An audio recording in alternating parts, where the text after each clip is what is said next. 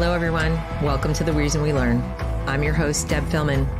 At The Reason We Learn, we aspire to be part of the solution. The purpose of this show is to take a good, honest, potentially painful look at the way kids are being educated. We know we can do better, and this is where we'll talk about how. Let's learn something.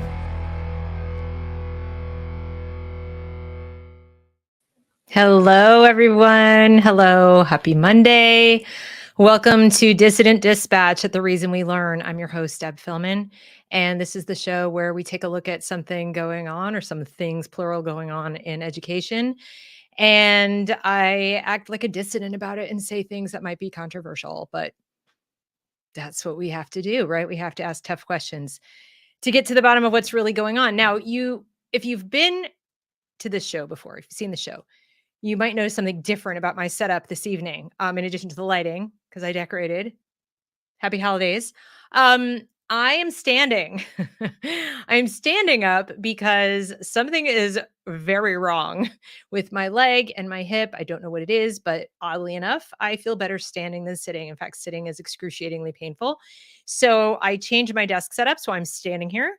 And I would also like to put in a plug. I get no money for this, but in case anyone else out there is suffering, this was recommended to me.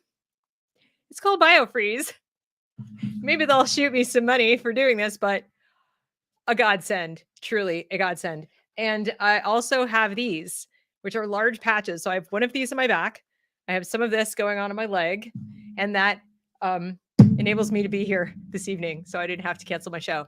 So thank you for being patient with me as I stand here in a little bit of pain, not as much as I have been, but I thank the many members of my audience who sent me notes on Twitter saying, "Hey, Deb, you need to use BioFreeze." So far, so good. Wednesday, I'll see the doctor. So if you are new to the channel and this is your first time joining me, please consider subscribing. Just, go ahead, hit that. I don't pester you with spam, but if you click the bell to be notified, you'll know when I make new content. It's usually every Monday evening. I do this show, and sometimes like once or twice a month, I'll do a Words of Wokeism show, but I'm not producing so much content that you're going to get bombarded with notifications. So the subscriptions help. The algorithm helps me be seen by more people. So please consider that. You can also, there's some time left in Cyber Monday for you to become a member of the Reason We Learn community on Discord. Our Cyber Monday, I'm part of the Woke Screen ecosystem, and our Cyber Monday special, we have $50 off on all memberships. There's the Reason We Learn alone, or you can join the collaborative membership with Woke Screen and get Kieran's content as well, and get all kinds of analysis of, the world and woke content there. I just do education, and Equity gets you your first month free on a monthly membership. What you get for that? I do 2 custom monthly or weekly shows, Monday and Friday, for members only of that community. You can watch it live on Monday or Friday at 1 p.m. Eastern time, or you can watch the replay, which I post to the Discord and only to the Discord. So if you're interested in topics, Monday is homeschooling topics, Friday is culture related, that you will get access to that. You'll also get access to a chat. You'll be able to promote your own work and your own artwork, your own production of content, whatever it is, articles, videos, and chat with other concerned parents, teachers, etc., and become part of a community trying to actually work on this problem. So that is going on for the rest of this evening, and hopefully you will consider joining. There are also some great t-shirts that I've made there, so you can buy some t-shirts for gifts. So thank you for joining me. This is an important topic, restorative justice. I think some of you have probably seen some of the school fight videos from New York about the 2-hour riot that happened, where a Jewish teacher was pretty much barricaded inside her office, or she couldn't leave because they were hunting her. The students in the school were hunting a teacher. What was her great sin? Well, apparently she went to a pro-Israel rally in her private time and had the audacity to post about it on social media. There she was holding a sign, "I stand with Israel," or something like that. And somebody saw it, organized a group of students, and all hell literally broke loose. We were talking Lord of the Flies level mayhem. And apparently that was not the first time that has happened at that school. The week before, they beat up a resource officer, a uniformed resource officer. So one wonders why nothing was done after that incident that might have prevented the second incident. Um, David, you are asking me in the comments, is that a programmable sewing machine? Only really smart people have that. It actually is. I only program stitches. I have not programmed it to do anything really wildly creative because I don't assemble my own quilts. It is a quilting machine, but I make, you know, the the layer of the quilted fabrics. But if I were to assemble a quilt beyond a baby quilt, I would probably send it out. So I don't do a lot of that. All right. So getting down to the topic, the way I like to start most of my topics, especially, thank you very much for that lovely comment that I am smart. You are nice to say so. Um, the way I like to start these shows, especially when we're talking about words of wokeism, woke type of words or terms that are used primarily by people we would describe as woke. What do I mean by woke? First of all, it's just a catch-all at this point for people in the postmodernist left who are social justice focused. So if you're thinking, woke is pretty much synonymous with social justice oriented in all the things they do. So that is the lens through which they see the world. Social justice, social justice, social justice. Shorthand for that is woke. At least as I use it. I can't speak for other people. Other people are going to have a different definition. I don't speak for them. I speak for Deb.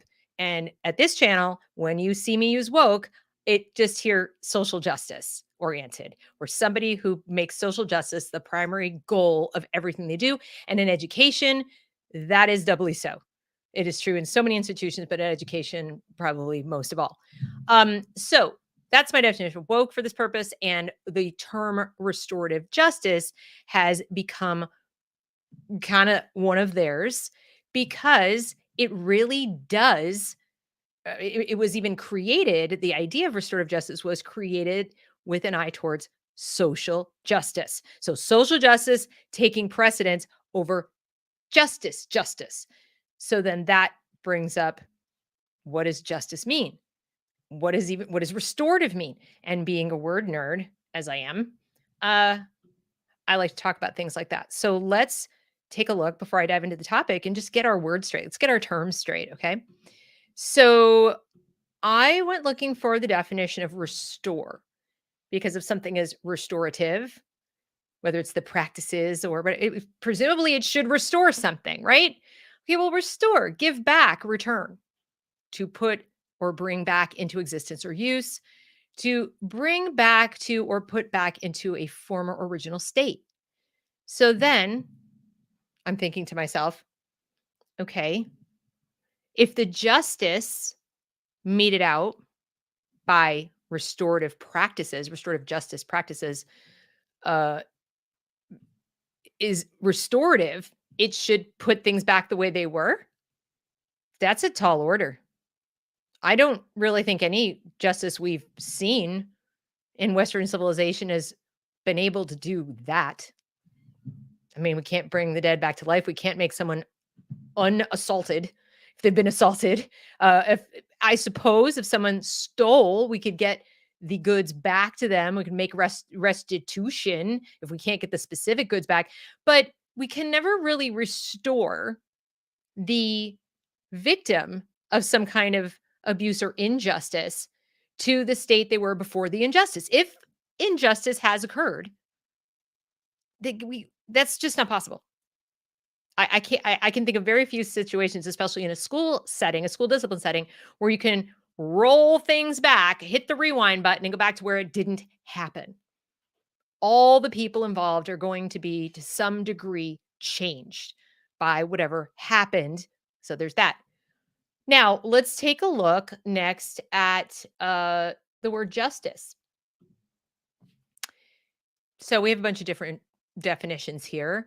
I tend to look at words at the definition like um the maintenance or administration of what is just, especially by the impartial adjustment of conflicting claims or the assignment of merited rewards or punishments. So would you say that in a school setting, we're going to stick to education tonight. I'm not going to talk about the prison system. I'm not going to talk about criminal law. I'm talking about in the school, in education. Would you say that justice cannot be meted out if you're going to treat everyone literally equally? So, in other words, if you are impartial when you're adjusting conflicting claims, you're going to look for some kind of merit to the claims and to the people making them and all of the pieces, all the moving parts. And if your goal would be to sort of restore something, even to restore order to the classroom or restore the learning environment to a learning environment and not chaos, even if it's not to restore something for the victim of injustice or something to the perpetrator, if it's just to restore order so you can continue teaching, wouldn't you have to weigh these situations with the different people involved, look at them for merit of their claims and impartially? Well, then where does equity come in? Where does equal outcome come in? Where does this person has to be looked at differently because of the color of their skin, and then this person is, blah, blah, blah, blah, blah. That's not impartial. You're applying some kind of partiality. In other words, the social justice component, social justice being, I think we can all agree, synonymous with using some kind of power privilege hierarchy to decide how we look at the different claims to injustice. How you can do that? You've already preempted anything resembling real justice or the traditional kind of justice, the Western, impartial, meritocratic kind of blind justice. I don't see your color. I don't see your class. I don't see any of those things. You've preempted it with social. You preempted it. And now when you add restorative to it, it's a whole other layer. So what are they trying to do? What is it? So I went and looked it up. And what I found in terms of the definition given by the restorative justice people, this is what I have. I'll read it to you. Restorative justice is a philosophy and theory of justice that emphasizes bringing together everyone affected by wrongdoing. Isn't that very passive? Affected by wrongdoing. I punched your child in the face. So I was affected because my hand hit your child's face. So that's the person affected by the wrongdoing? No, they're the perpetrator. So we don't use those terms anymore. Affected by the wrongdoing to address needs and responsibilities and to heal the harm to relationships as much as possible. I'm pretty sure there's not a relationship between two people where there's assault present, where there's some kind of threat of violence, explicit, implicit, or where something has been done. When there's a riot in the school and no one can learn, then the people affected by the wrongdoing are the teachers, the students who want to learn, possibly the building if it gets vandalized. And we saw pictures of them ripping hand dryers off the walls, vandalizing the school hallways. So what relationships are there?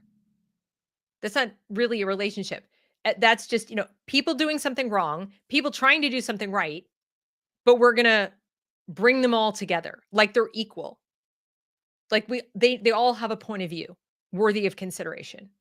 To heal the harm. Heal? Can you really though? Can you get that day back? Can you heal that? At best, what you can do is maybe learn from it, move forward in a constructive manner. You can't heal it. That teacher is never going to be the same. The kids in that school who did not participate are never going to be the same. The kids who did participate are never going to be the same. They will always be the kids who did that, at least in their own minds. And certainly in their teachers' minds. There's a lot they're going to have to do to overcome that. It's not a circle, and we're better now. Even 10 circles. You're not going to erase that. And I think the idea is, well, we're going to have restorative justice and we'll come back better than we were before. Really, how can you? How can you be better off after something like that happened? Maybe the individuals who perpetrated the offense will be better, one would hope.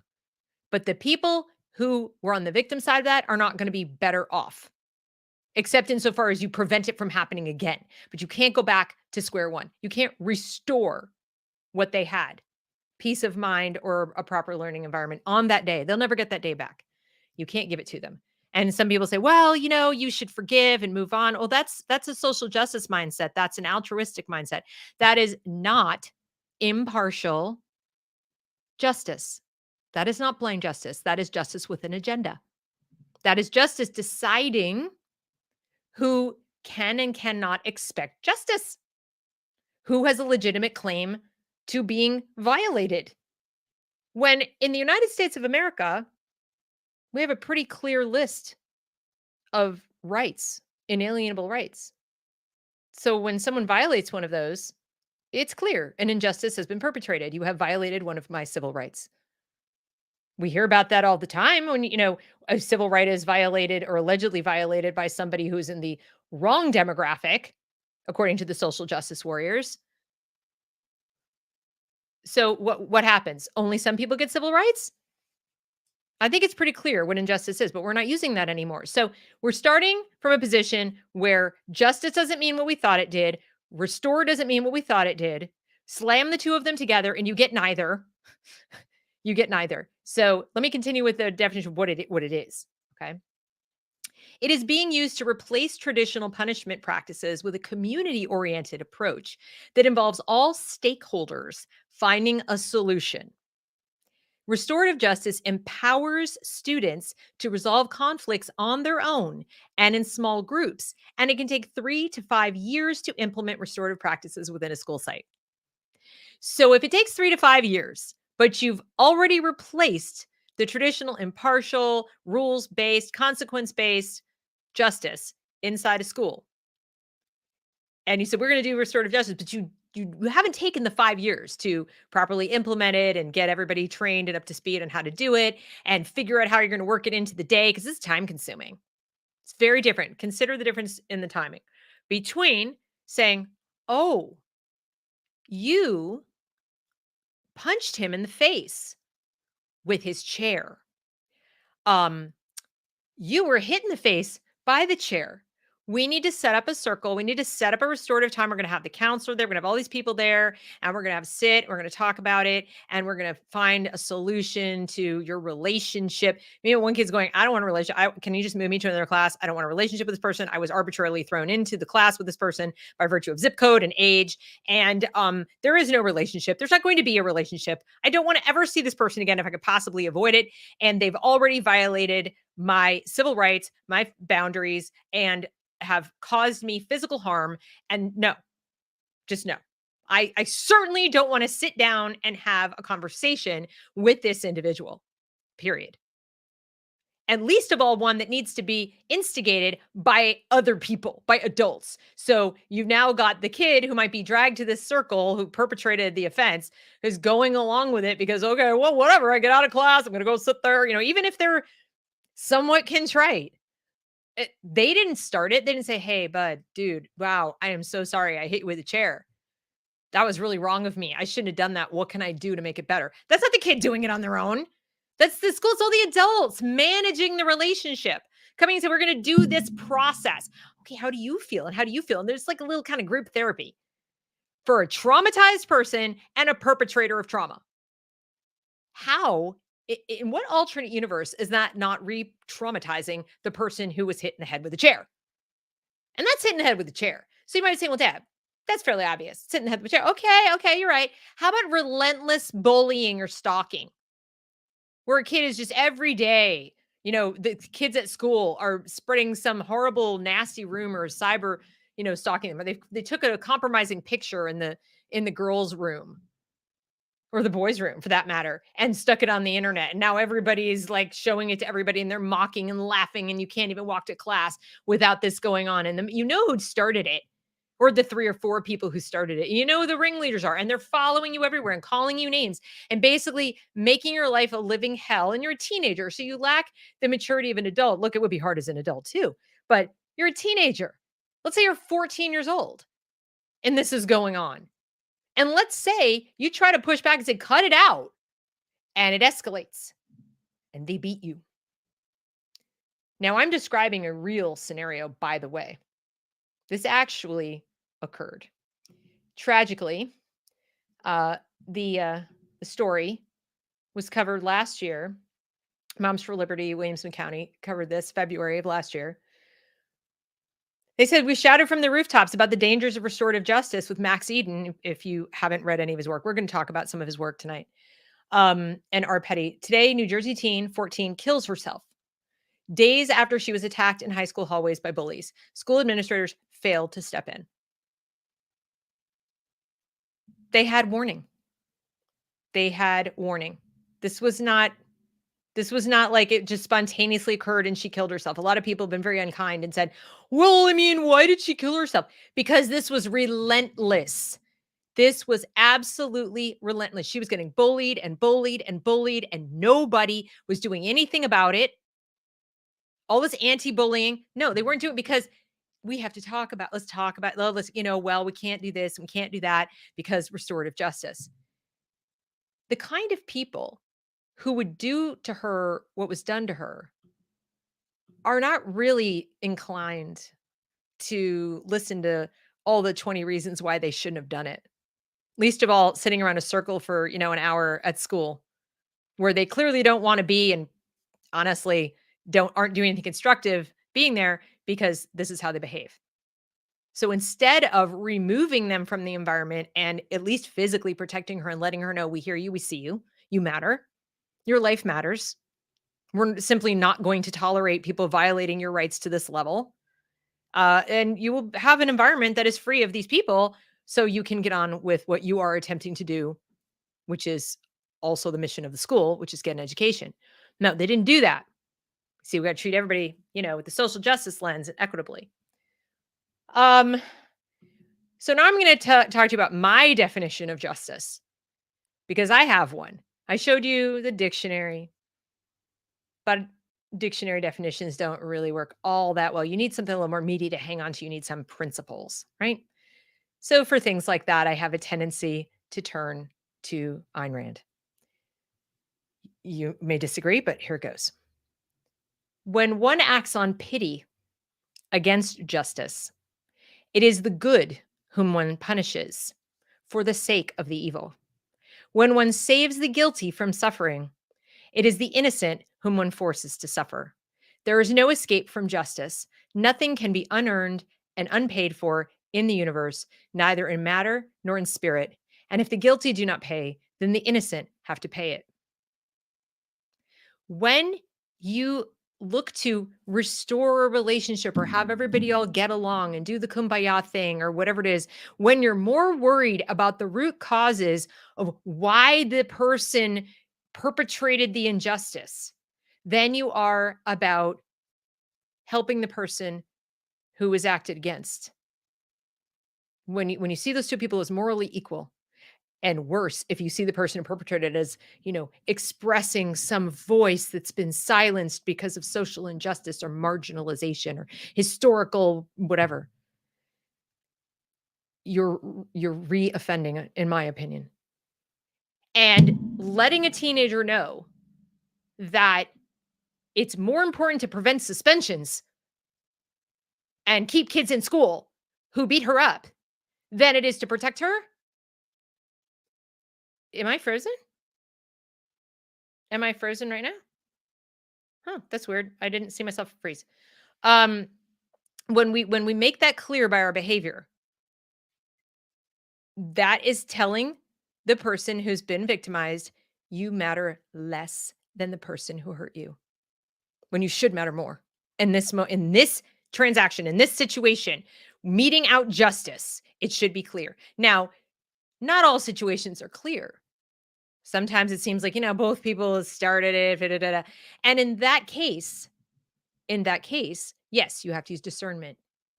Yes, as adults, we have to take into account what happened, who started, whatever. Were there witnesses, just like a court, just like a trial? But that's not restorative justice. That's justice. You are definitely, you are definitely, I'm sorry, I'm like hearing things in the background. you are definitely obliged to figure out what happened if it's not clear, it's not caught on video, or you don't have a slew of witnesses. You can't just like punish one person and not the other because they said so. But lately, what we're seeing is very clear violations of also clear rules. And I don't just mean rules like at the school. We're talking laws. Like, don't assault people. Do not riot. Do not hunt people down and make threats of bodily harm. Do not vandalize. These are laws. This is the fact that they're inside a school does not change that. And what I understand is that restorative justice promoters argue that the law equals carceral punishments. No, it doesn't. Least of all inside schools. Does not necessarily lead to prison. Now, if you've assaulted somebody, you should probably start a paper trail record. Yes, even if it's a juvenile record. If you are engaging in aggravated assault against other people, you absolutely should be documented as having done that. That may very well be the thing that turns you around. The threat of having a permanent record that could impede your future ability to get jobs and so forth. It's not about punishing. It's about, first of all, documenting, because we're talking about keeping track of like how much violence is there? What do we need as far as, solutions? With restorative justice, they've stopped documenting these things because they're going into restorative justice. It's not so and so assaulted so and so, and now there's a record. They have a restorative justice practice that may or may not result in any kind of a record that follows that kid. They could have 10, 20, 30 instances. So let's keep going. That was my, my personal definition in terms of, high level, how to think about it, how I think about it philosophically. But Ayn Rand also said, justice is the recognition of the fact that you cannot fake the character of men as you cannot fake the character of nature. That you must judge all men as conscientiously as you judge inanimate objects, with the same respect for truth, with the same incorruptible vision as by pure and as rational a process of identification, that every man must be judged for what he is and treated accordingly. That just as you do not pay a higher price for a rusty chunk of scrap than for a piece of shining metal, so do you not value a rotter above a hero. And what we're doing right now with justice, restorative justice in schools, is we're telling children that we value every behavior, not person, every behavior equally. I think even children understand that you're not deciding an entire child is worthless because they get a consequence for their behavior. I don't think it follows that if I do something wrong and I have to get a, to go to the principal's office, have detention, or, do some kind of study hall or make some kind of restitution, that you've completely summed up my entire being and I am now an awful person. No, your life matters. You matter as a human being. But no, we don't value you the same as we value the person who behaves properly in terms of your behavior. Your behavior is not of equal value. How else are we going to teach these children how to properly behave? And yes, there is such a thing as proper behavior. When you are forced into acquaintance with other people, as all school children are, they didn't choose it. It's not voluntarism. They're forced to be there. There are behaviors. It's not anything goes. The Wild West. It cannot be. Nothing can happen there. You cannot. They talk constantly about they have to feel safe in order to learn. They have to feel safe and included and belonging. Well, I've got news for you. The kids don't feel safe. But not the kids who are worried about going to jail and being punished because they did something wrong. They shouldn't feel safe about that. They should feel the safety and peace of mind that comes from knowing if someone did it to me, they'd get punished. Because what do we also know about kids? Sometimes they act out because they've been acted against. Bullies tend to bully, or tend to have been bullied. Sorry. They produce more bullies. It can be a defense mechanism. Maybe they're getting bullied at home. They talk constantly, parents abuse, whatever. Interesting. That's so interesting that they'll come after the parents who say, I really don't want you to change my kid's pronouns. and call us abusers and bullies. But when a kid is acting out at school and beating the living daylights out of their fellow students, it doesn't occur to them, I wonder what's going on at home. I wonder if mom and dad are beating the living daylights out of this kid. Let's go deal with that. Nope, it's let's have restorative justice at the school. Let's have a little chat about what's going on. And I'm making fun a little bit because of the way it's implemented. I think I'm going to give credit to the people who came up with it that they meant well, as so many social justice purveyors do. They want us all to get along. They want everything to be better. They don't want kids ending up in prison. They don't want to feed that pipeline of, the kid didn't graduate. They got suspended, so they didn't graduate. They ended up in prison. They ended up on the street. Bad things happen to them. But the problem I see is they are drawing a line, like a not a correlation, but a causational line between kid got suspended, kid went to prison. I knew plenty of kids that got suspended. They didn't end up in prison. I know plenty of kids that were punished, had study hall, had detention, etc. That didn't determine their life, except sometimes to their benefit.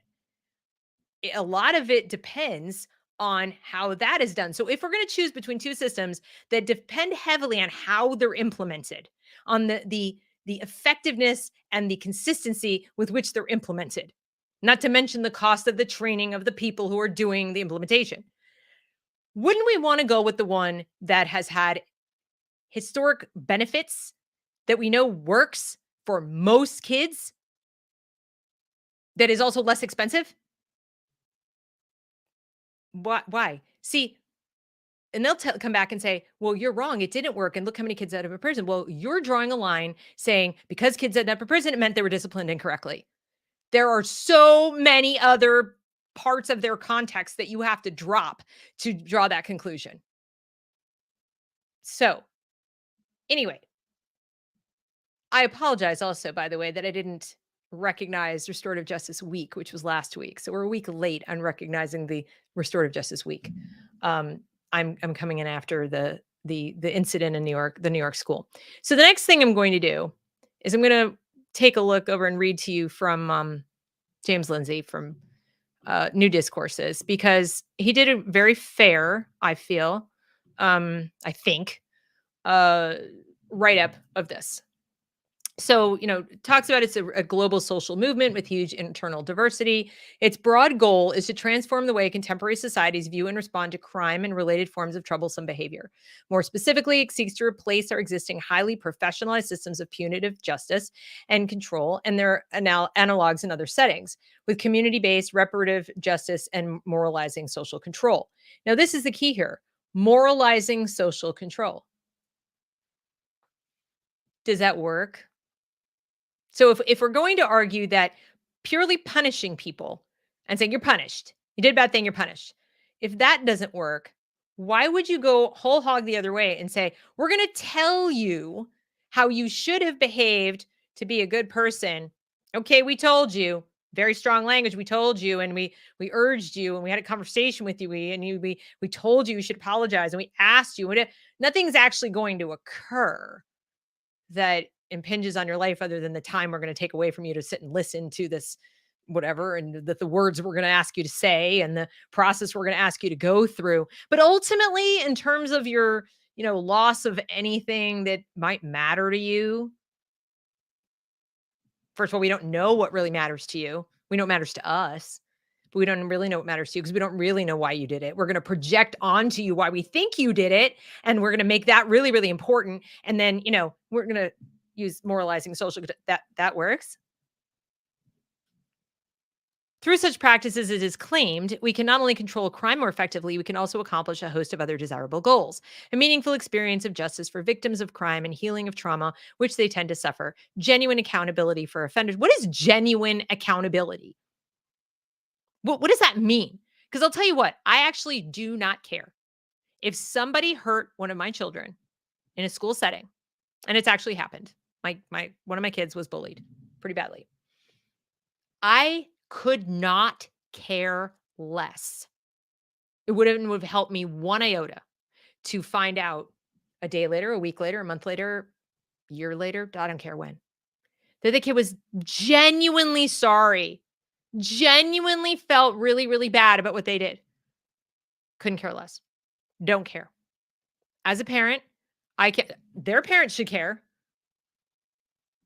I maybe on some like abstract level, I kind of care because they're going to go out and live in society where I live. So, I mean, I don't totally, I guess, I could care a little. But no, when it comes to justice, here's what I want my kid removed from the class, that kid removed from the class, the kids separated. Absolutely no, do not pass go, do not collect $200. Just y'all are not in the same space anymore. And if you're caught doing that again, to anyone, to this person or to anyone else, you may have to leave this school. You cannot treat other people that way. You're going to have to find an alternative solution for your education than to be around kids until you can get your shit together. Yes. Yes, I said that. Not on board. Not on board.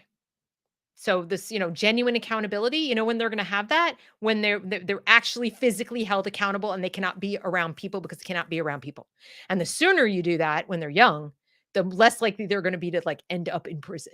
But you keep mollycoddling them and making it like, "Oh, why are you doing this?" And the more they're going to just think adults are for the birds.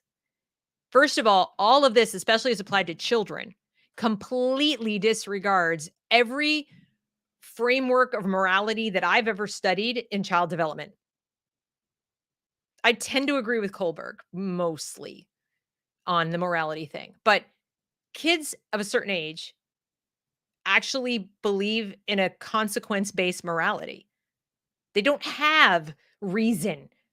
They don't think through it in abstract terms. A bad thing happened to me, ergo I did a bad thing. So what this tends to do is make the victim feel like they deserved it.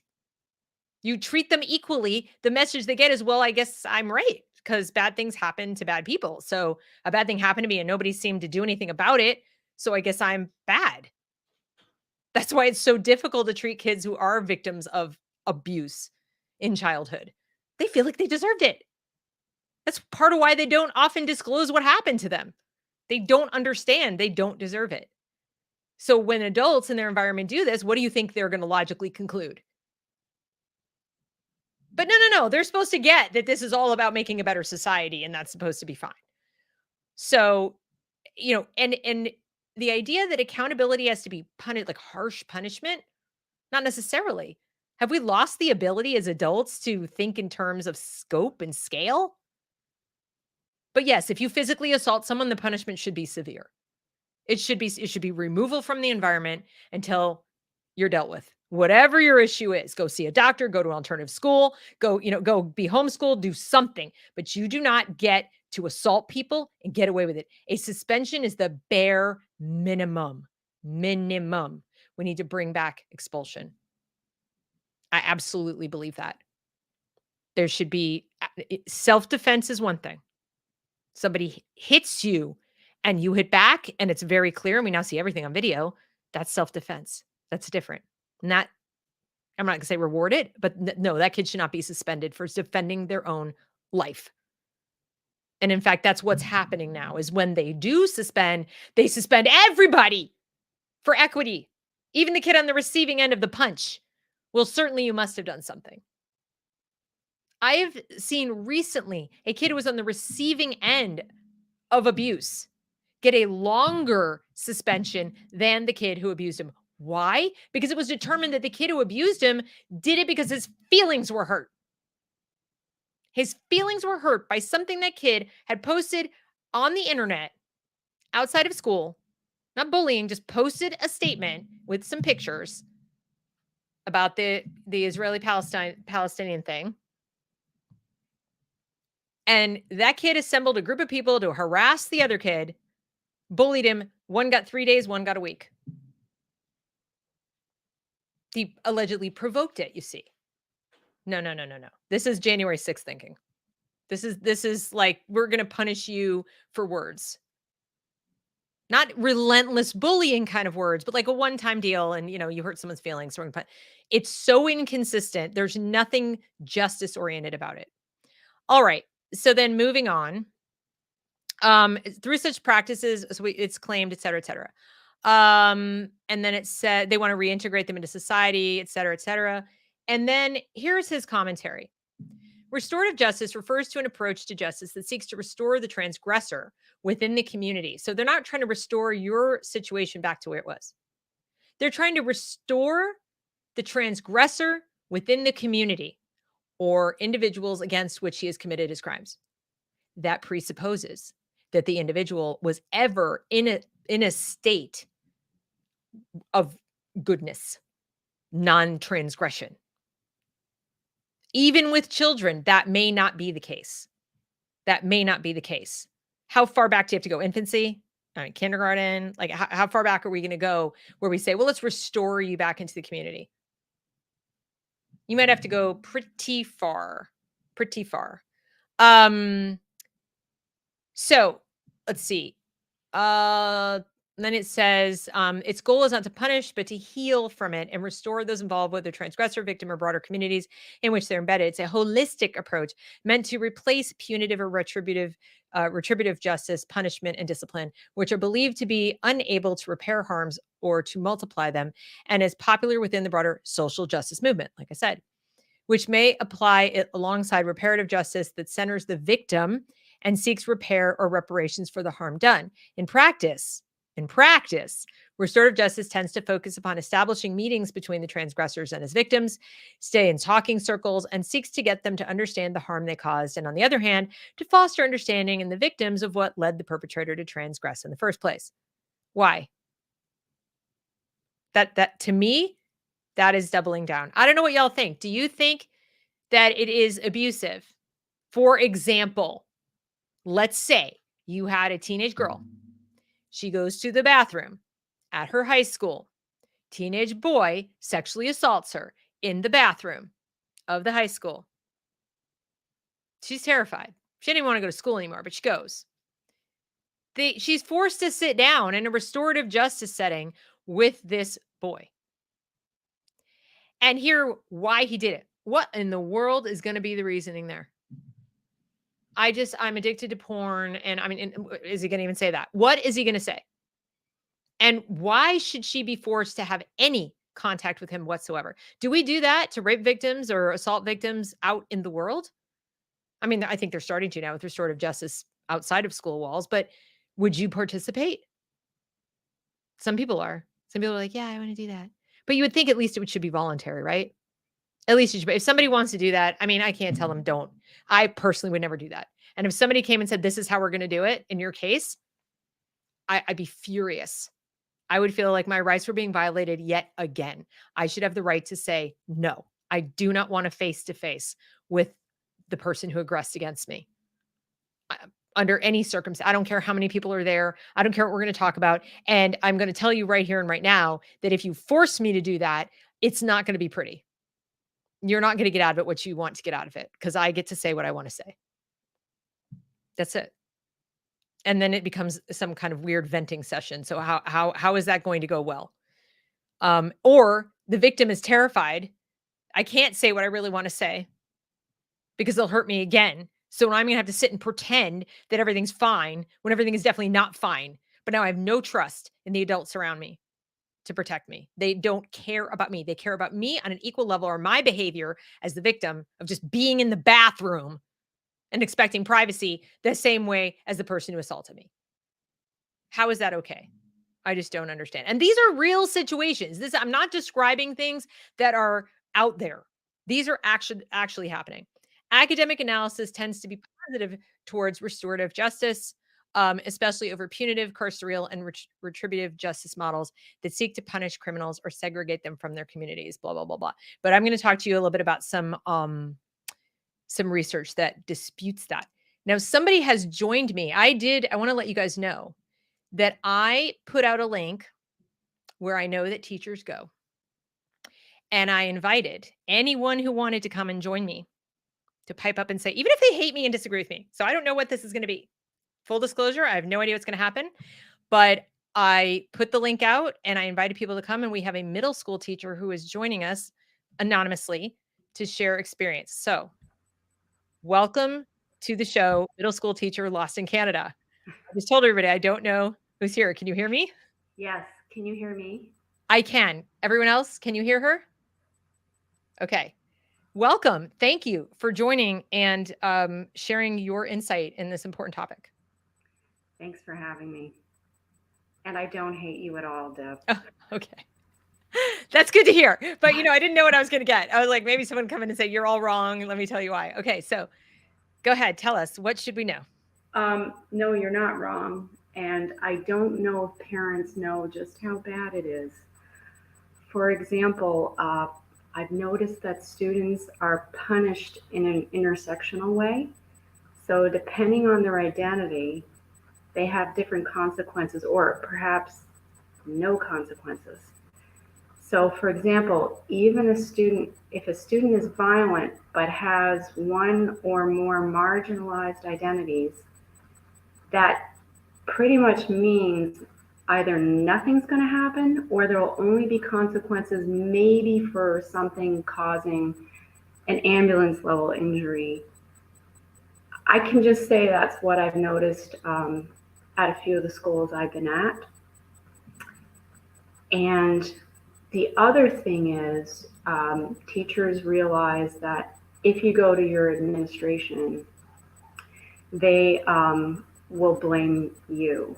And we just know this. We just know they're going to say, well, what kind of relationship do you have with the student? The student thinks you don't like them. So it's really, I just want parents to kind of understand how serious this is, because if you're not there, you don't believe it could be this bad. But I'm telling you, I have seen it, and it is quite bad. Now, some might say, okay, well, that's Canada, but I want to give voice to the fact that this is actually also in the United States. What you're saying absolutely correlates with what I've heard from teachers here in the United States, what I've seen with my own eyes. I taught in a middle school here in Charlotte, and I was a volunteer teacher. I wasn't getting paid, so I had a little more leeway as far as discipline, because if they said don't do that, I would just walk out the door. I was like, okay, Right. bye. Right. I didn't have to worry about a pension or getting fired or written up or anything. And I was only there teaching a course for a semester. So they could have just said, well, we won't work with her anymore. But I would routinely ask students to leave the class, and they would get sent back. They would be doing bad things. I mean, throwing a chair across the room. And I would remove them from the class, and they would be sent back, and I would be told, well, you can't do that. We have nowhere to put them. We have nothing to do. And I said, well, they're destroying the learning environment for the school. And my children went to that school. It's part of why I went in there and volunteered, because I want to keep eyes on it. And this was the same. What you're describing is exactly what happened. My kids would come home and say, this person didn't get, any kind of consequence because race, because country of origin, refugee status, fill in the blank. Yeah. And I would ask, how do you know? And what was alarming to me is that my kids were not making assumptions. They would be explicitly told. Right. Explicitly told in their little restorative practice that this person did it because intersect, blah, blah, blah, social justice. And they walked away from that feeling like there are winners and there are losers. And if we don't have enough points in the intersectional scale when it comes to people brutalizing us potentially, we're on the losing end. That's exactly it. And they've internalized it. And that's what bothers me the most. That's what disturbs me the most. There's a certain percentage of these kids, quite a few, have internalized this and have the sense that, especially I think if they're a white boy, that they better just lay low. They can mock it, but only to a certain point. They just have to be extremely careful. And I've actually taken some of these boys aside and told them, there's nothing wrong with you. You're all right. But I'm just telling you, if you behave this way and if someone sends you to the office, you're going to get into huge trouble, because if they can classify it as some kind of hate crime, and by the way, hate crime, it could be so many things at this point, you're in big trouble.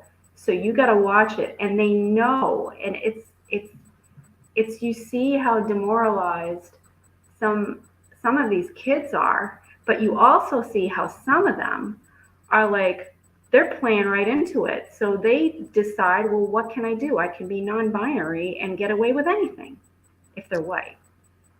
That's a really good point, and that's come up before on the channel as a hypothesis that many kids are aligning themselves with sort of the GSA club Mhm. slash non-binary slash, fill in the blank, um, community, because that way, they get some kind of protection.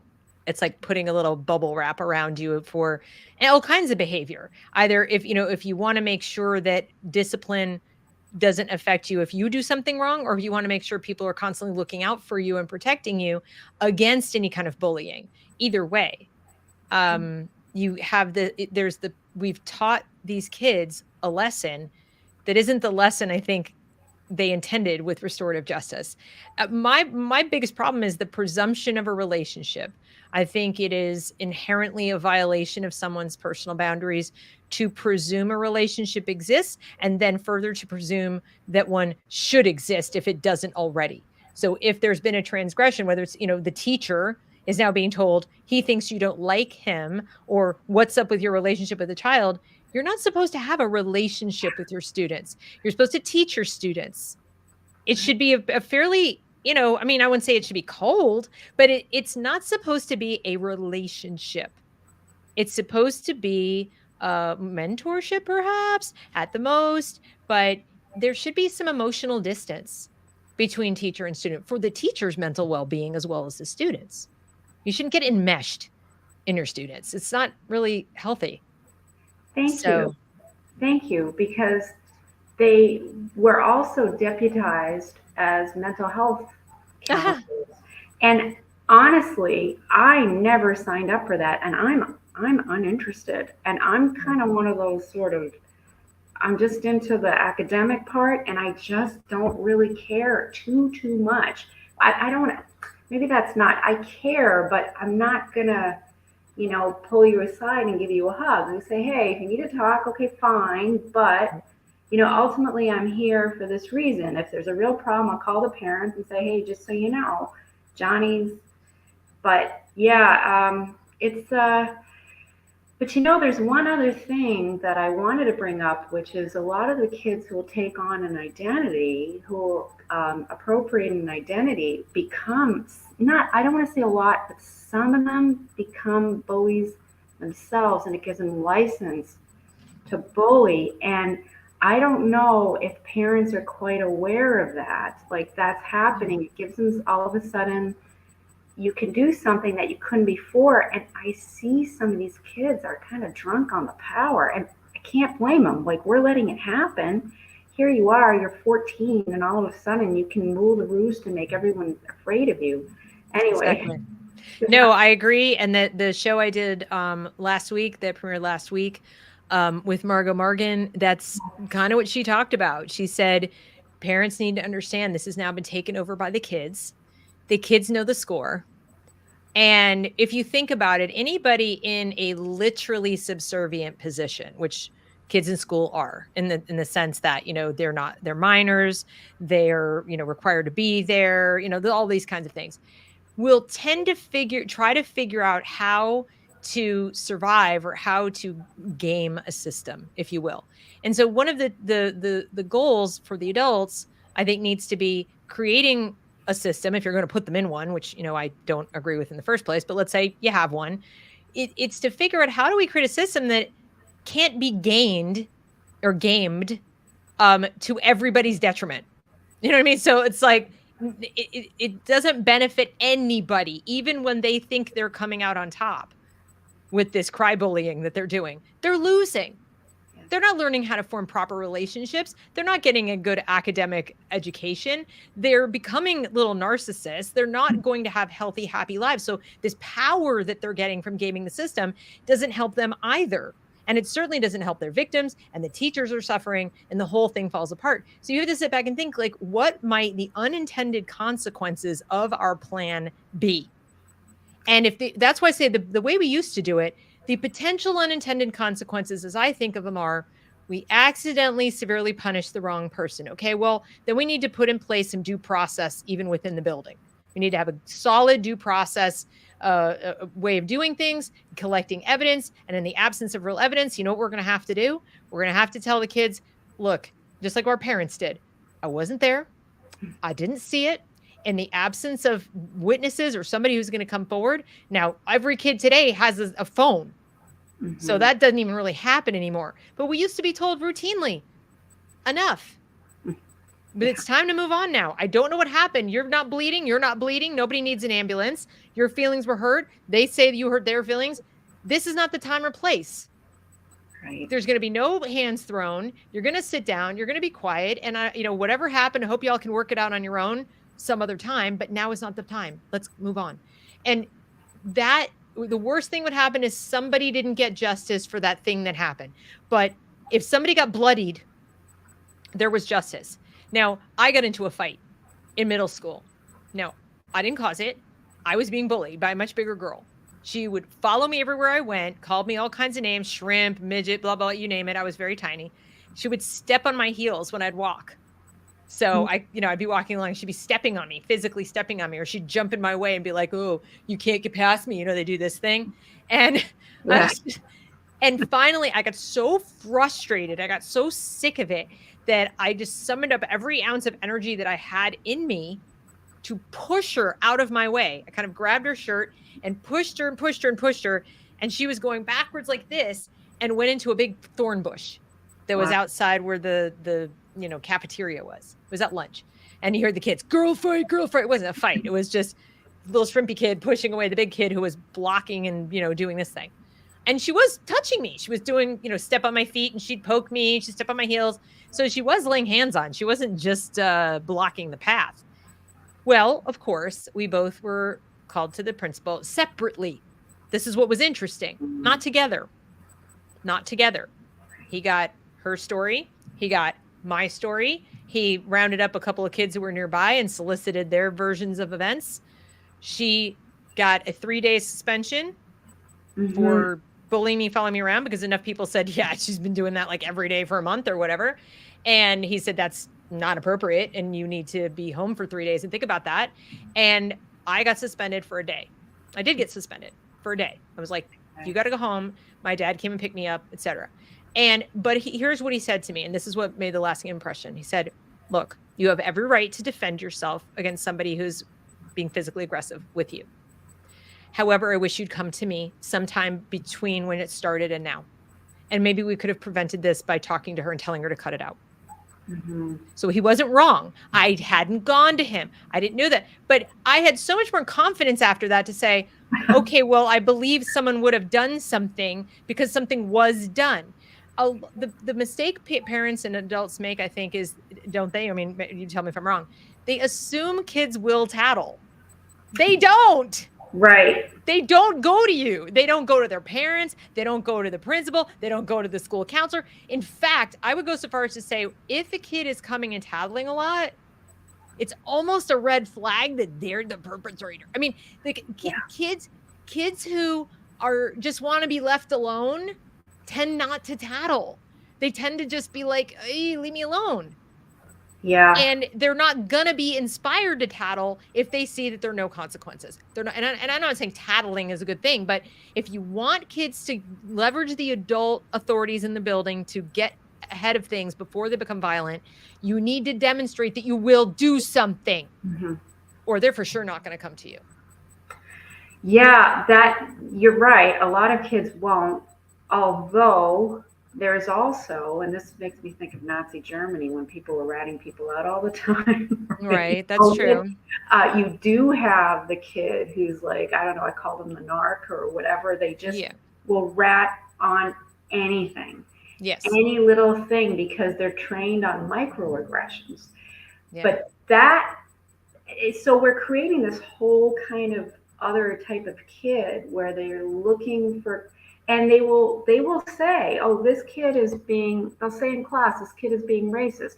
What do? Well, we kind of talk like with an accent. I'm like, oh, seriously, Like every comedian ever, so, yes, yeah, exactly. Having you watch Russell Peters or whomever, it's like, okay, like, and I try to tell them, like, I'm sorry, but no, but I'm also aware when I do that, they might go to the office and say, I'm not taking these micro or macroaggressions seriously. So, yeah, we're kind of, a few things are going on, but I do know that the bullies who have a marginalized identity, the kids kind of, a lot of kids have realized especially they're probably untouchables. And some yeah, of them I think have internalized that maybe it's them as well. I've seen that, that's which true. concerns me a lot.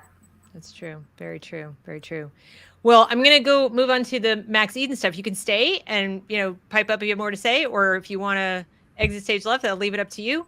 But I did want to bring up, because I mentioned him, Max Eden is a researcher here in the United States who this is 2019, going back to 2019, wrote this article, Restorative Justice Isn't Working, but that's not what the media is reporting. So you've probably, look at it, it's 2023, and we're hearing all about how great restorative justice is. If you go to Twitter just today and you search restorative justice, you will see people sort of talking about how much they celebrate it, how great it is. So let's celebrate. Thank you very much, by the way, middle school teacher from Canada. I really appreciate you. They In fact, I found this was posted in honor of Restorative Justice Week. R Street, Free Markets Real Solution, R Street Policy Study, Justice for All, How Restorative Justice Mutually Benefits Victims and Youth. And it's this whole paper. But, you know, they question even language like victim, an offender. And, they're this also, by the way, is talking about more than just in school. But according to Max, it actually does not work. And we're seeing, he did research. Um, this is in 2019. He says last week, the first randomized control study of restorative justice in a major urban district, Pittsburgh Public Schools, was published by the Rand Corporation. The results were curiously mixed. Suspensions went down in elementary, but not middle schools. Teachers reported improved school safety, professional environment, and classroom management ability, but students disagreed. They thought their teachers' classroom management deteriorated and that students in class were less respectful and supportive of each other at a lower confidence interval. They reported bullying and more instructional time lost to disruption. And although restorative justice is billed as a way to fight the school to prison pipeline, it had no impact on student arrests. So you would expect to see fewer arrests. You would expect to see fewer suspensions. You would expect to see calmer, more peaceful school environments. That is not what we're hearing. That's not what we're hearing in 2019. The most troubling thing, there were significant and substantial negative effects on math achievement for middle school students, Black students, and students in schools that are predominantly Black.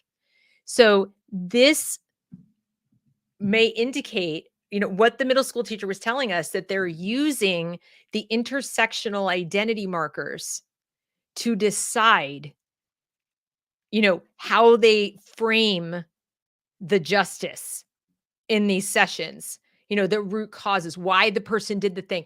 Is the student picking up on this and saying, I did it because marginalization, I did it because I feel discriminated against, I did it because this kid is an oppressor?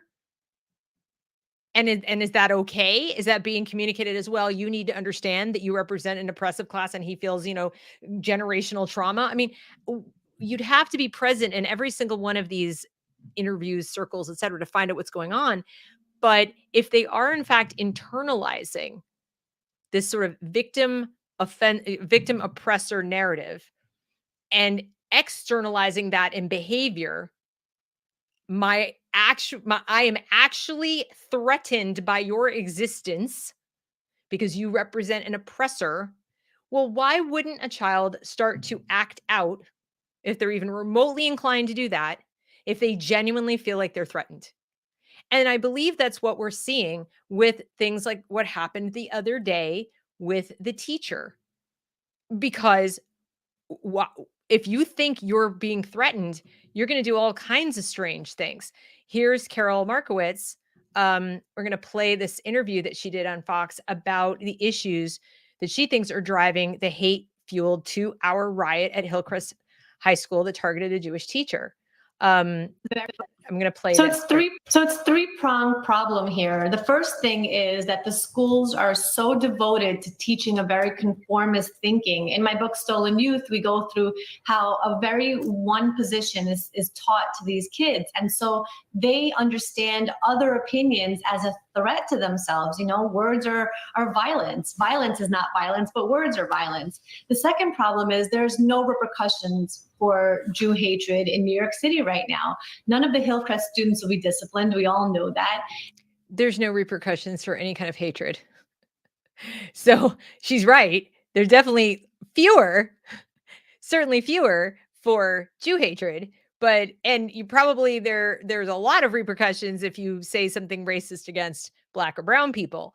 But they can say horrible, hateful things about Asians. They can say horrible, hateful things about all kinds of people and get away with it, provided there are, enough check boxes on the intersectional scale to get away with it.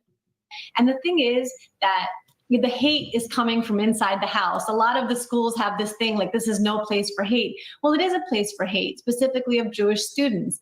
The third problem is that there's no repercussions in New York for anything. People can riot, they can destroy property, they can be violent, and the victims know that no one is coming to help them. So those three issues, I think, have united, to cause real problems in New York City and in other places like it, and in particularly in the schools where the kids are not taught to read and write. The school is abysmal. Their performance is awful. Most of the kids are nowhere near grade level, but they are rioting against an opinion that they don't like, and nobody is coming to tell them that that's not okay.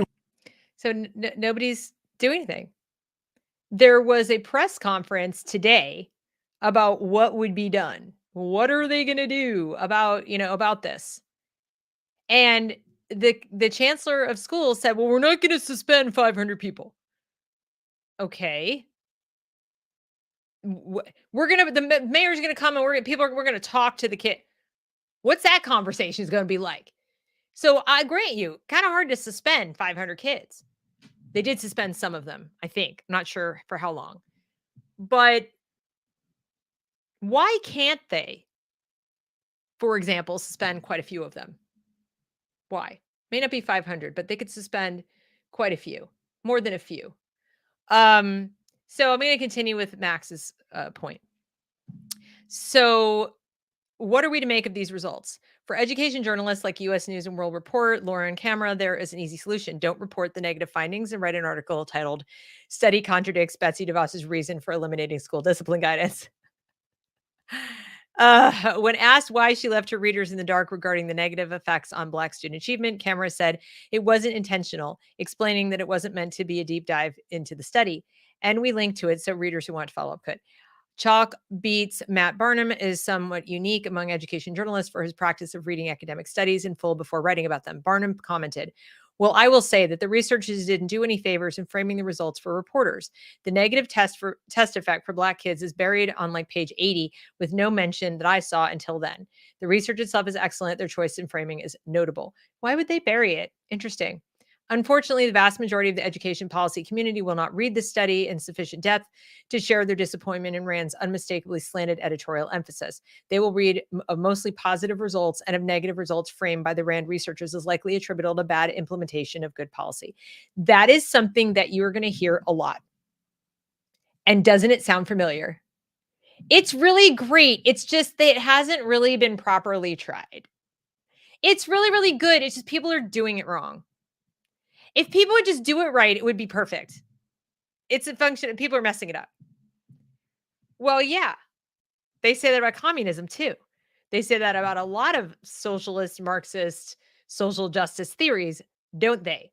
But they can't demonstrate, even in small sample sizes, like, a school where it's been absolutely perfectly implemented according to their specifications. They cannot demonstrate it. And then if you can't do it, at least there, how do you expect to do it on a larger scale? And yet it's been adopted en masse all over the place, even in Canada. So it's not just the United States, it's Canada, it's Europe, it's the UK. Restorative practices are one of those things that social justice has pushed. And I think they have put keeping people out of prison above justice. To them, that is justice. That is social justice. People don't go to prison. If you go read Black Lives Matter website or the Movement for Black Lives website, which is even scarier, they don't want prisons at all. Remember, like, defund the police, let's get rid of police, let's get rid of prisons. Well, that philosophy, that mindset that people are perfectible, if only we just talk to them the right way, if only we just sit and have the right conversation, everything will be okay. Well, I found another article from the Heckinger report. I don't know it, so maybe it's not great. I'm not sure, but the promise of restorative justice starts to falter under rigorous research. Studies in Pittsburgh and Maine show difficulty of implementing trendy alternative to traditional discipline.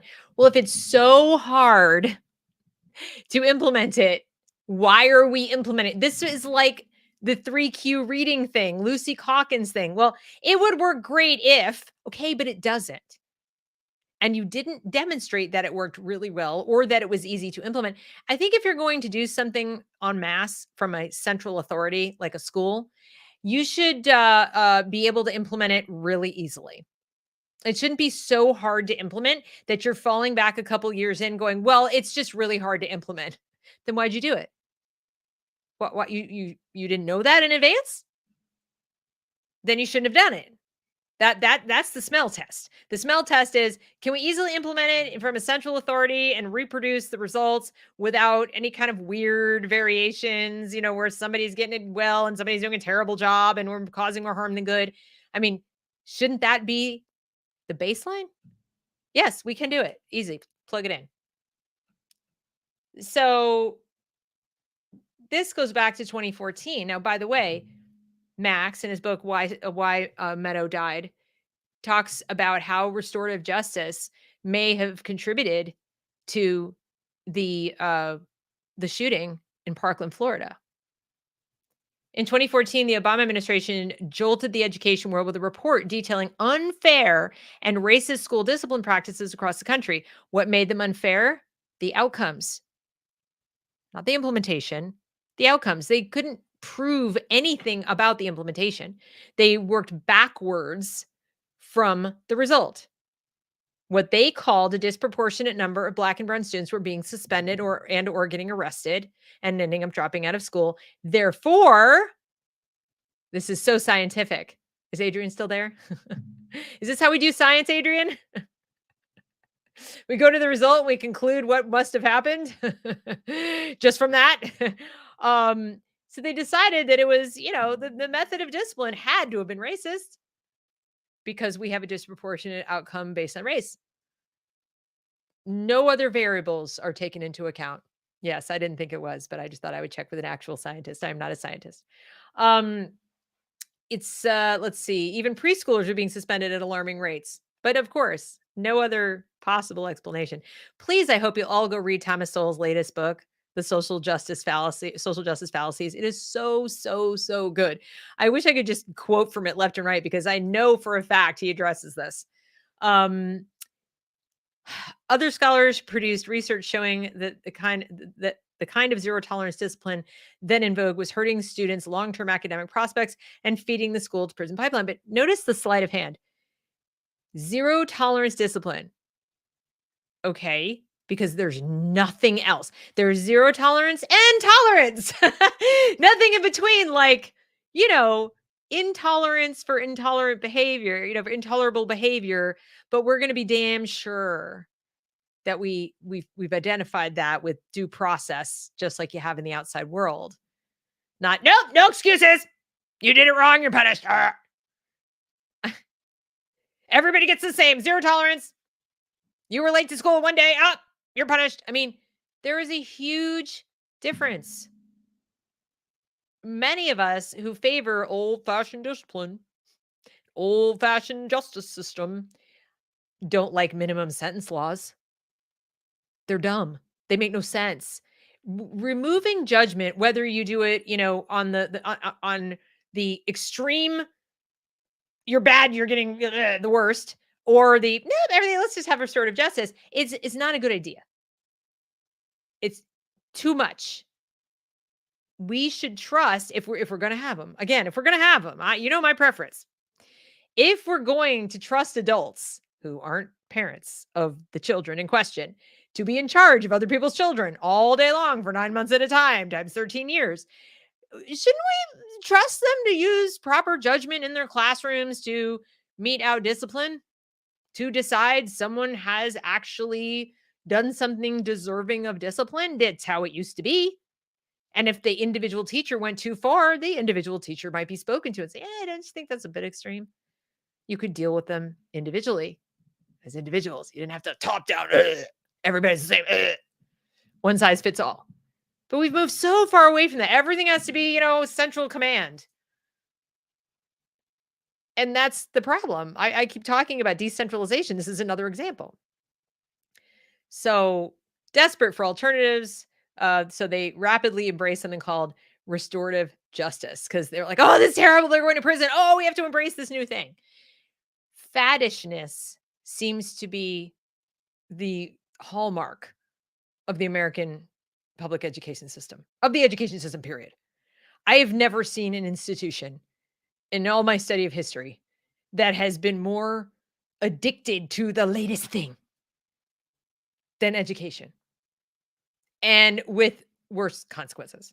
I mean, almost uniformly bad consequences. You would think at this point that everybody involved would say, time out, no more latest things. No more, we're done. No more latest things. We're going to go back. We're going to roll it back to the not so latest things, the things we know worked, until we get our shit together, because we're really bad at picking trends to follow. But no, instead, they tend to double down. So the original criminals, blah, blah, blah, blah, blah. But, that's what they're saying. Early research seemed promising. Developers of restorative justice programs described how talking it out yielded benefits, such as a reduction in bullying and fighting, lower suspension rates, and fewer missed days of school. What they don't tell you, because they can't, because they probably didn't do the research properly, is there's a vast difference, like I said, between two people at a disagreement and they're bickering in a classroom and causing a disturbance, and someone picked up a chair and beamed someone in the head. Big difference in those two scenarios. Even parents don't use the same style of discipline, regardless of the offense. Let's talk it out. No, we would talk out some things, and other things is to your room right now. Like, we're not having a conversation. This is so bad. I have to calm down before I'm going to come and talk to you. And a whole bunch in between. Parents do that. So can teachers. Teachers, principals, administrators used to be capable of, making a judgment call. This is sort of, we can have a conversation, and wow, this is bad. I need to call the police. We're not doing that anymore. And that's the problem. So, by late 2016, even proponents openly worried that schools had moved too fast. It's 2023. Have they rolled it back? No, they have not. Now, obviously, some of us have, theories as to why that is. I have mine. I'm sure James has his, and that go along with the sort of, this is on purpose. They want the chaos. They like it this way for reasons. I tend to agree with that at this point. I do. I don't know that it started there for all the people involved, but it's definitely there now. It's definitely there now. We are definitely at a place where everybody sees how bad it is. When I say everybody, I mean most parents who are paying any attention at all, most teachers who are not Marxist social justice warriors who care about teaching, care about academics, see it. So, we see it. And yet they're stubbornly sticking to it. At that point, you have to decide they want it this way. This isn't just denial. They on some level are getting something out of this, the people who are in charge of our schools. I then found something interesting. My child was a victim of restorative justice. Remember I said that it creates victims in and of itself? Here's one, 2019. This is from even before Max wrote his article. In 2015, I started a 3-year journey to acquire my doctorate in education leadership. On top of going back to graduate school, I was a high school principal. It was a job I loved and one for which I felt tremendous passion. The high school I led was plagued by a history of low academic performance, discipline issues, attendance issues, and low morale among faculty and staff. I was hoping to introduce alternative measures to address discipline, but I also knew that teachers felt that growing pressure to eliminate suspensions was creating unsafe environments. Please do note that the Obama administration codified that. They tied it to money. The pressure to reduce suspensions was not, oh, we don't want kids to get suspended. It was the president of the United States is going to withhold federal funding via the Department of Education if we don't get these numbers down. Okay. So that's what they're talking about. Um, let's see. I drew from my own experience teaching emotional and behavioral youth and also worked with a team of dedicated individuals. So we get the impression that this person was really, dialed in, trying to help, trying to solve a problem, and became aware of something called restorative justice. I was intrigued by the practice, which had grown out of correctional facilities in New Zealand. The place that locked down so severely that they had little camps that they sent you to because you didn't get a vaccine. Yeah, they care so much about not incarcerating people that they put people in jail for not getting a vaccine. Anyway, moving on. And saw it as a way to marry my commitment to reducing the school to prison pipeline by overspending with social emotional teaching and learning. Right? See, this like, oh, it's all connected. We can all just kumbaya our way to happiness. Little did I know that the very practice I had spent a year studying would come back to haunt my family in a profoundly personal way. For a year, I dove into the research on restorative justice, also known as restorative practice. I read hundreds of articles, dissertations, and thesis papers. I reviewed case studies on Los Angeles Unified and the New York City schools in an effort to get a historical perspective of how large urban districts had implemented the program. Yada, yada, yada, yada. Moving on. I've been looking forward to rolling out restorative justice at the high school I led, but changed my mind after the year I spent working to understand more completely. Practice tells a different story. 2 years later, I moved on to work in a different district in a neighboring state. My kids remained in the district where I'd been before. Needless to say, I wasn't thrilled to learn that the district had plans to implement restorative justice and hire deans of culture at the middle schools. Though I was personally skeptical of the plans, I kept it to myself. I would never challenge a school or district's sincere attempt to help to better students' lives. Well, there was your first mistake. What? I would never challenge a school or district's sincere attempt to better students' lives? What? I would always challenge somebody's, I don't care how sincere you are. The worst things ever imaginable done to human beings were done with the most sincere of intentions. My silence ended the evening. I received a phone call from my 6th grade son's science teacher. She asked me if any administrator had contacted me over the last month. I told her I had not been contacted by anyone, but inquired as to why she would ask me that. The horror she shared with me still keeps me up at night. She told me that my son had been the target of 3 young boys for a month. The boys would regularly threaten him, call him homo, fag, and pussy, steal his lunch money, and chase him out of school. They ultimately beat him up. My son's teacher explained to me that she had gone to the vice principal about all of this. She expressed shock when I informed her that I had not been contacted by anyone from the school. Remember, I said it stops them from documenting, contacting parents, or in any way making anyone aware, because God forbid we look like we have high discipline numbers. And God forbid we tell parents and they demand that someone get suspended. So they ultimately, so they did beat him up. I immediately asked my son about all of this. He dissolved into tears and said that he didn't want to go to school anymore. He said he wanted to die. Remember the 14-year-old girl who did kill herself? Okay. And then, of course, we had Rose Bronstein, who came on and talked about her son, Nate, who also killed himself after relentless cyberbullying about which the school did nothing and didn't tell the parents. Same situation. This mother was lucky a science teacher called her. I was angry. I sent a strongly worded email to the vice principal and CC'd the principal. I was contacted the next day and told that my son would go through a restorative justice practice with the 3 boys he was accusing of wrongdoing. Well, I can tell you, I was not about to allow that. The idea that my son would sit in a circle with 3 boys who had tormented him for months made me physically sick. He would have no one there to sit beside him and support him. I had been an educator long enough to know what would happen. I may be cynical, but I'm not stupid. but my son wanted to do it and he asked me to allow it. He said he just wanted the misery at school to end and thought that the restorative justice stuff could work. So isn't that sad? They've even gotten him to internalize the idea that this is the right way to go about it. This is also, I'm so glad I just remembered this. I wouldn't want the show to go by without bringing it up. We are, someone say intentionally, I say intentionally, teaching our children to let down their guard and to do away with their own survival instincts and sense of personal boundaries. For what, I wonder? What would the end goal of that be? I'll let your imaginations run wild with that. Whatever you're imagining, probably close to the truth. There's no good reason, zero good reason to have this boy in a position where he probably now feels, we know he did. And that was probably due to the just constant, relentless, like beating down of, they have a say in it and everything. I just want it to be over. Maybe this will help.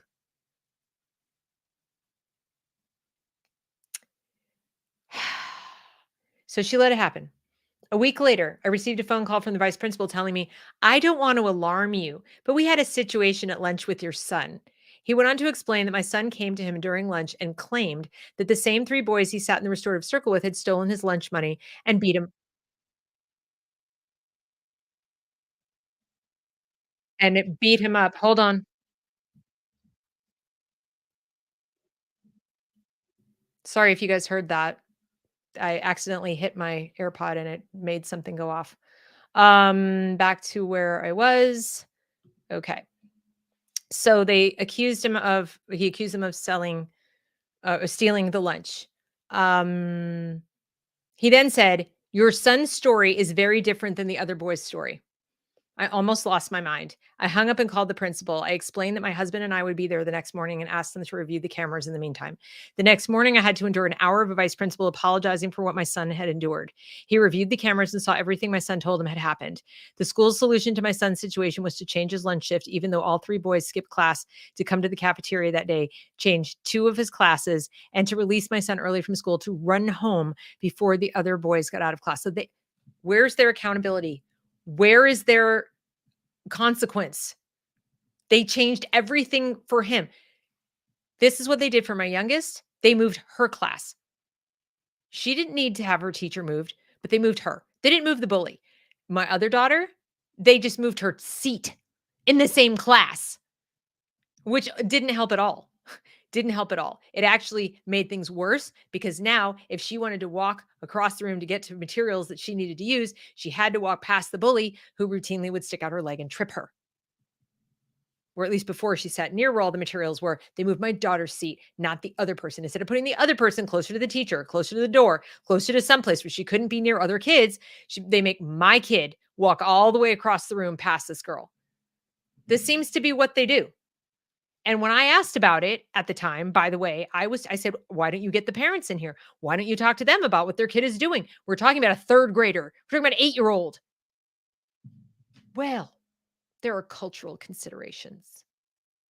What exactly does that mean? There are cultural considerations. I'll tell you what it meant. It meant the principal and the vice principal were black and the perpetrator was black.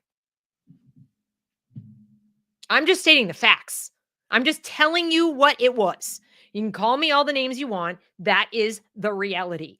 And the girl in question was using racial slurs, but that didn't count either because, you can't be racist against white people. And this, by the way, was a majority minority school. What happened to the aggressors? One was already suspended for assaulting another student, and the other two could not be suspended due to the district policy on excessive suspensions for certain groups of students.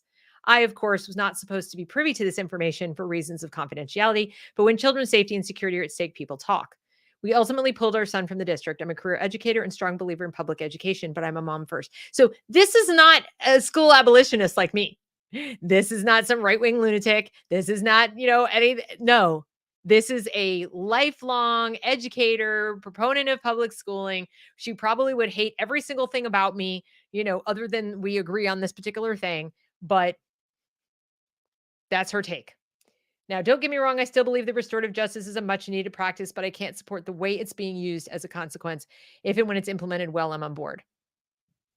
Well, if and when they've come up with a way to make communism work, hey, wouldn't that be lovely? Kumbaya, we all have stuff we need. They can't. You can't make something work that is philosophically at its core unjust. I refer you back to the quote I read at the start. When one acts on pity against justice, on pity, oh, they must have had a reason. We have to listen to their side of the story. It is the good whom one punishes for the sake of the evil. When one saves the guilty from suffering, well, we can't have too many suspensions. They might end up in prison. They might not.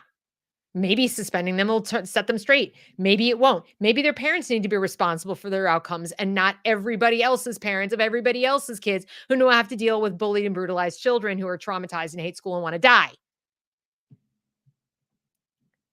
It is the innocent who one forces to suffer. There is no escape from justice. Nothing can be unearned or unpaid for in the universe, neither in matter nor in spirit. And if the guilty do not pay, then the innocent have to pay it. Well, her son was the innocent and he paid. I hope she rethinks her last statement of, oh, when and if they can implement it properly. They can't. Yeah, that was in 2019. Here we are. They've had time. They've had infusions of money galore. They can't. They can't. And do all the other things they allegedly are trying to do. They can't do it. It's unfair to students who want to learn. What else? One woman got really, really bold and said, I'm here for your restorative justice practices until your son punches my daughter at school, and got a little mouthy and curse wordy about it. Another educator who said, no, I'm not down with it. And where can this end up? Like, what does this philosophy produce in the end? Well, it produces stuff like this. This blew my mind. I found this and it made me really sad that this is in Jewish Currents. This is by a Jewish writer. So this kind of breaks my heart. This whole, well, this woman went for a run. There was a hit and run accident and she was badly injured, really badly injured. And, she describes the injuries, she describes the situation, and it was a mess. I mean, it was really bad. And she says, this was all set in motion by a radically antisocial act. Someone sped through a red light, plowed into me, and then drove away. Just leaving her for dead. Had they hit her just like a little higher up, she would have had brain damage. It was due only to luck and not to care that he didn't kill me. Our fates were bound by the simple fact of occupying the same street at the same time, but from the moment he fled north from the intersection, we were to communicate solely through a bureaucratic game of telephone. The van was owned, but so she describes this person, that how many people get injured by cars, blah, blah, etc. And then she gets down to, calling advocacy groups began to consider their call for carceral and police-centric approaches influenced by the Black Lives Matter movement, which has drawn attention to the way traffic stops at blah, blah. She goes through all of this stuff, root causes stuff. I became interested in these tensions within the traffic safety movement in the months after I was hit. I'd realized that I didn't know what I thought should happen to the driver, whom I will refer to as R. It's anathema in street safety circles to call a crash an accident, since advocates and victims believe the term elides both the structural conditions that make crashes more likely and the responsibility of the drivers who cause them. But habits are hard to break. In conducting interviews for this piece, I frequently found myself saying my accident before quickly backtracking. I mean my crash. It does seem to matter that the drivers who cause great harm, while they may be careless, are not setting out to injure or kill someone. So now intentions matter? Intentions don't matter when I compliment your hair braids. Then I'm a horrible racist. How dare I microaggress against you? But when I hit you and almost kill you, surely I wasn't intending to kill you or almost kill you or moderately injure you or in any other way cause you harm. Surely I wasn't meaning to. I could imagine legitimate, if not exculpatory reasons why someone might flee the scene. I can imagine why someone might flee the scene. Oh yeah, I can imagine a lot of reasons why someone would do it. But listen, undocumented, can't afford legal fees, wary of immigration consequences. When I returned to work a few weeks after the crash, one of my first projects was a collaboration with a young man who had just spent a week on Rikers Island. So she goes through this whole thing and gets to this conclusion. I was glad, therefore, when police abandoned the case without charging R. Hit and run accident. Didn't charge the driver. And this is her reasoning. I had wrangled a personal injury settlement and full coverage of my medical bills from the vehicle's insurance company. So the vehicle like that didn't drive itself, the insurance company who played no role in this accident, they were insuring the employer or the people who owned the van, not the driver. So it isn't even like they chose to give insurance to this negligent driver, this reckless driver who for whatever flipping reason mowed her down and left. But, she managed to get some money out of them and that's justice. No, that's actually compounding the injustice because now the insurance for that company is going to go sky high. It should have, yes, there might have been some medical bills that need to be paid by the insurance company because that's what they're there for these kind of things, but a personal injury settlement, that's above and beyond. And then she literally says, which would have helped me more than any punishment for R would have. Yes, it helps you financially, but it doesn't help the next victim that R might mow down.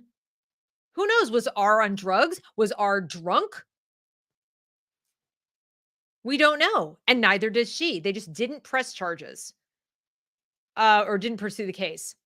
When friends and family asked if the driver who hit me would face any consequences, I said no, and that was for the best. But I knew it wasn't that simple. Would I have felt satisfied with the insurance settlement if my injuries or trauma had been more severe? What if I'd been someone I loved I was hit, and I'd been the person at the bedside watching? What if R went on to hurt someone else? Prison abolitionists often speak of violence as a social problem born of systemic factors like poverty, blah, blah, blah.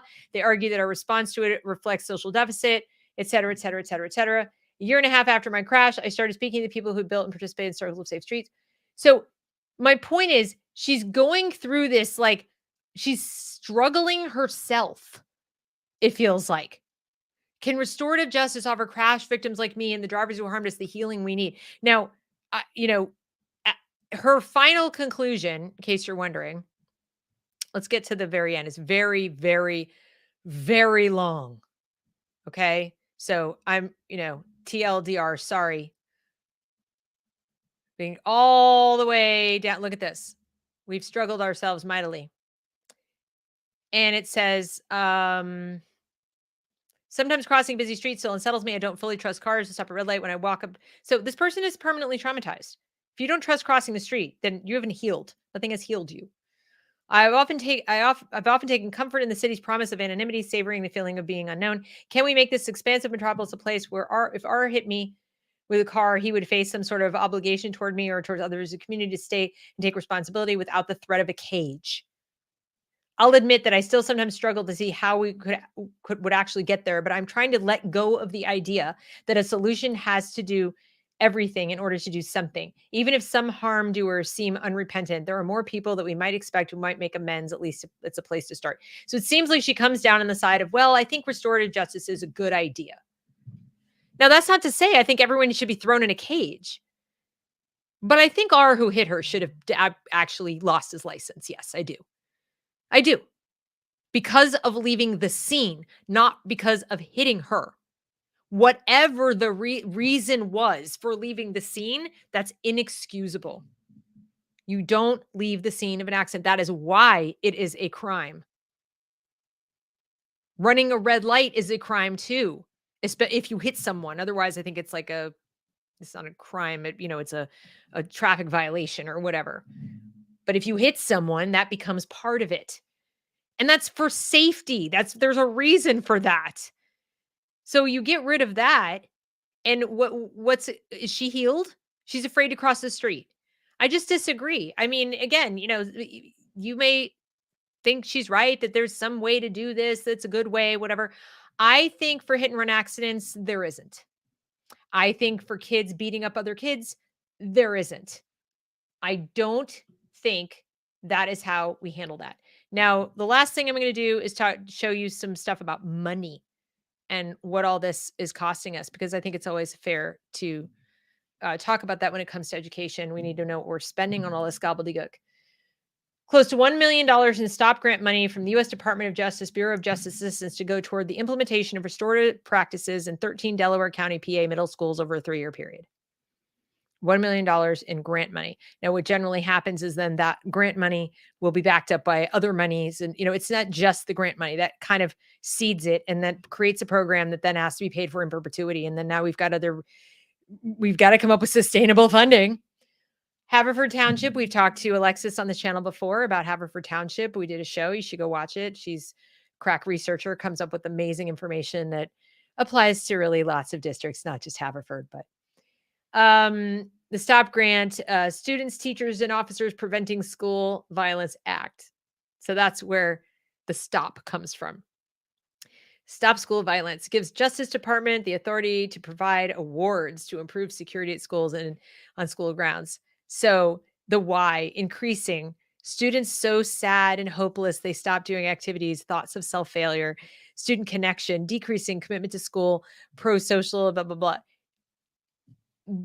All that root cause is nonsense. Kids do things, they get violent because they're sad, they're hopeless, they have feelings of self-failure, they don't feel safe, so they commit acts of violence. What? Okay. Stop school violence through building capacity for, I don't know, whatever it is, of the U.S. Department of Justice. They think that's going to work. And it doesn't really explain what they're going to do. Restorative practices, a social science used to create learning communities that increase student engagement and agency. Isn't that how they describe all of them? Support school system changes to address how we operate and addressing processes to support positive behavior and decision-making. Word salad, word salad, word salad. Support student mental health, behavioral outcomes, and academic performance. Does this look like a group therapy session to you? Because it does to me. I don't think all of them are sort of wrongdoers here. So now we're restorative practices. So we're going to do this all the time. We're going to preempt the violence by doing these restorative things and building on these relationships by force. What if the kid in the pink doesn't want to be friends with the kid in the blue? They'll leave them alone. They just don't want to sit and have a heart to heart. And what's happening academically when this is going on? Sees relationships as central to building community. Communities are built organically. You don't have an authority figure like a teacher sit down and say, let's all be in community. Let's do it. Okay. All right. So how would that work? I would tell all of you right now to go join my Discord. Or, I guess you don't really care about kids very much or education because we really need to establish community. And if you don't join, well, that's problematic. No, that's not how you build community. Where's the agency in that? Implementation is complex. Yes, we know. Needs strong leadership capacity. Do we have strong leaders in school? The same people who can't maintain order in the classroom, they're the strong leaders that are going to lead us to restorative justice. How does it fit? Oh, we have our little word tree, whatever. This is all the same garbage. Oh, look, it's a wheel. It's a wheel, you guys. Pass assessment. Pass takes the guesswork out of understanding why some students are reluctant learners, why they're underachieving. It takes the guesswork out of it, does it? No, it doesn't. You're assuming kids always tell you the truth, or that algorithms always read the truth, or that surveys are always reflective of the truth. You're making a lot of assumptions. You will always have guesswork about why some students are reluctant learners. You're not going to know for sure. So this is how deep it goes. And here's the STOP Act. Subgrants to state or local enforcement agencies, schools, school districts, nonprofit organizations, or Indian tribal organizations to implement grants awarded under this section. By inserting before the period at the end of the following, we'll use evidence-based strategies and programs such as those identified by the Comprehensive School Safety Initiative of the Department of Justice. Blah, blah, blah, blah, blah. Do you really think the federal government has a role to play in all this, or should local schools and parents and people maybe decide that? It just goes on and on and on. The layers and layers and layers of bureaucracy on and on and on.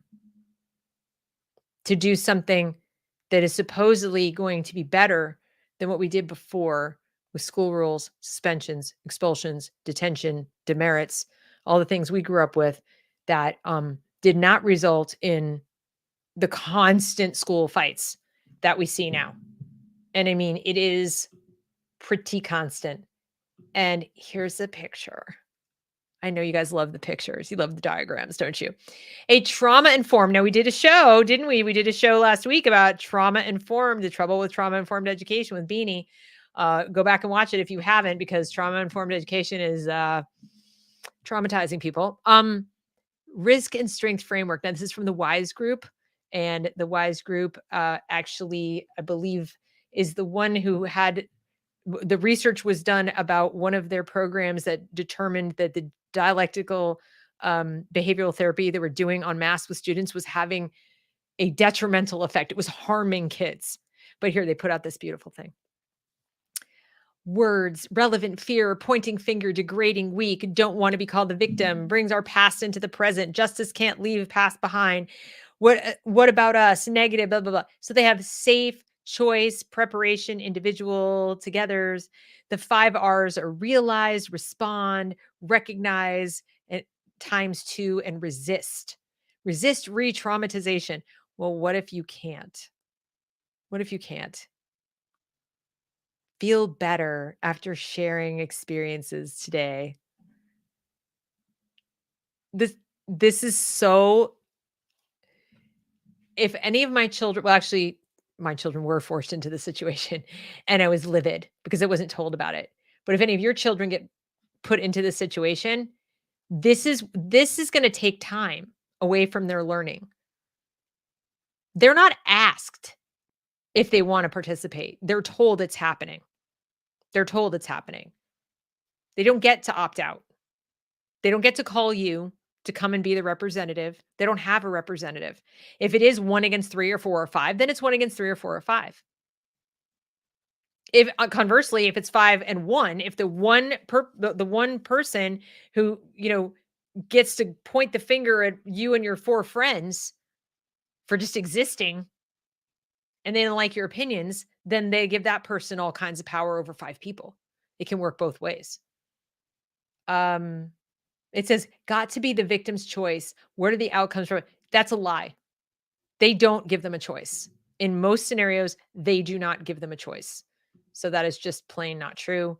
And finally, I would be remiss if I didn't talk a little bit about some of the other fights that go on in school, because it's not just that one fight, right? It's other situations, even with teachers attacking students. Somebody sent me a video today of a teacher hitting a kid in the head with a chair. A teacher doing it. Is there going to be restorative justice for that? How are we handling that one? So, anyway, too much money on something that even its proponents admit is very hard to implement. Period. Never mind well. So when something is not implemented well, we can, I think, safely conclude it's being implemented poorly. When it's implemented poorly, we see that it has the potential, very high potential, for harm, to actually re-traumatize the victims and empower the bullies. It can lead to internalization of identities like I am a victim or I am an oppressor and I'm getting away with it. I have power now in this role, or nothing's going to happen to me. Nothing bad is going to happen to me if I do, these things that I want to do. If I act out in this way, I am protected by virtue of fill in the blank intersectional identity. What are the hidden lessons we're teaching kids? And as I said in the title, isn't restorative justice, now that we know these things about it, isn't it an oxymoron? What is restored? Relationships that never existed in the first place are certainly not restored. Calm is not restored. So what is being restored? And justice certainly hasn't been restored in any meaningful way. If justice is to make sure that people who are victimized are treated with the respect and the care that they deserve. If the message we want to send philosophically to our kids is that you matter, your boundaries matter, your life matters, your safety matters, restorative justice doesn't teach that at all. It instead teaches lessons like teachers have no ability to keep me safe. The adults in the school don't have the ability to keep me safe. The adults in the school, in fact, seem to care more about not hurting the feelings of the people who hurt me. So I have two choices. Either I completely avoid everybody and trust no one, or I become one of the people who hurts or who has some marker that protects them from hurt because I'm presumed to be a constant victim. And then I internalize that and everything is a threat. And I need to be constantly surrounding myself with adults who will give me that credit as a victim so I can be safe. I have to wear that kind of victim armor. That's not empowering in any good way. So what are we doing? What are we teaching kids justice even is? It's not the kind that I believe in. And I think increasingly we're going to see more riots. We're going to see more violence. We're going to see more innocent people victimized and more kids not trusting their parents, their teachers, their schools, and pretty much anybody. But you wonder where the apathy and the cynicism comes from. You wonder where the escapism comes from. Who wouldn't want to escape? There's nothing you can hold on to. There's nothing you can say, this is objectively going to be, this is wrong. This is objectively right. This is a rule. And if people break the rule, something's going to happen and they're not going to be able to do it again. Or somebody, is going to make sure that something happens if they do it again. What can they hold on to? Where does their sense of stability and sanity come from? I can't imagine being a kid in today's schools. I wouldn't want to wish it on my worst enemy. So that's the show for tonight. I thank you all for listening and for joining in. I thank you so much, middle school teacher in Canada, for weighing in. And as I said, you might disagree with me about the theories behind restorative justice, and I will stipulate that in the adult world and in some situations that there probably are reasons to use it, et cetera, and so forth. I do not think it works well in the K-12 environment as a replacement for more traditional styles of discipline. That is the hill I will die on. So whether you disagree with me about restorative justice in general or not, I hope you will seriously consider whether it's been tried and failed in K-12. I think that it has. So thanks again. I hope you will all subscribe. If you're not already subscribed, you're watching on the replay. Thank you for watching. Please like and share and have a wonderful week. I will see you next Monday with another topic. Take it easy.